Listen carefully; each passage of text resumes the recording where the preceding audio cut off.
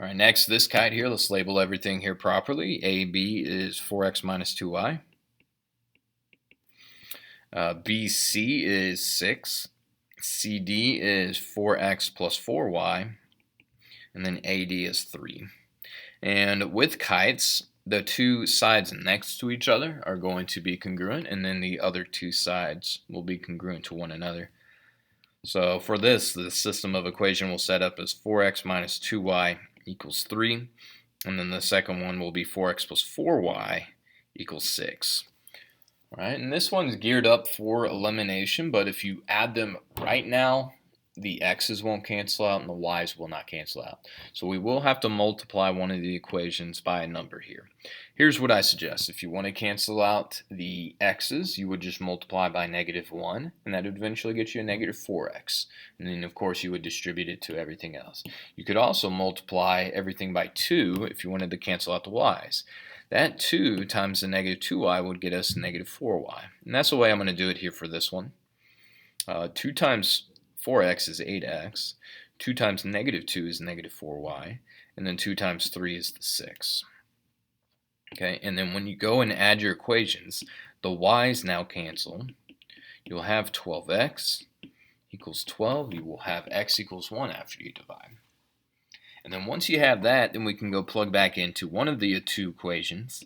I'm going to do that second original equation, and we'll see what we get here. We get 4 times 1 plus 4y, and then equals 6.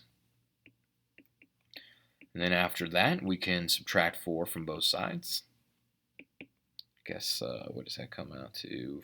2, and then divide. 2 over 4 is the same thing as 1/2. Guess y didn't come out super clean there. Oh, and they didn't even really ask for y, so I guess that works out there. But yeah, if you get 1/2, you could use 0.5, and then, if you got y first, I guess, on this problem, you would have to just plug back in the 1/2. So, okay, next here you got a square. Don't forget, with squares, all sides are the same. So if you want to go and find x quickly, you could just say, hey, x equals 12. That's already done. If you wanted to go find y, let's go do these sides equal to one another. So that would be 3y minus 24 equals 12. 3y equals 36, and then y equals 13. Nope, 13. 12, if I can do arithmetic here. I was just making sure y'all are paying attention there on that.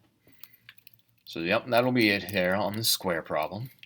Next we have a square, but with this square right here, we're going to find some of the angles, but we're also going to find some of the side lengths, and this one's a little special here, kind of a weird one right here.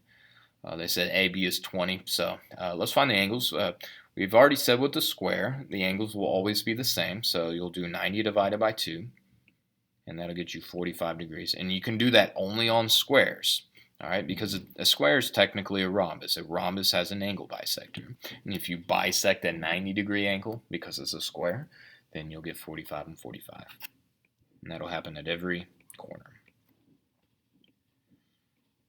Okay, and then it's also square here. You got a perpendicular angle there in the middle, so those will be 90 degrees there.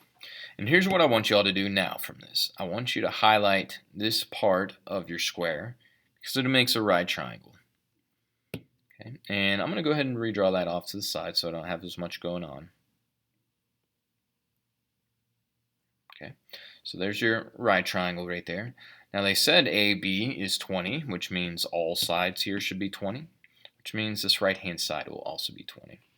And then you have the fact that you have a 45, 45, 90 triangle, and you can use from Unit 5 the idea of special right triangles to go find that diagonal distance.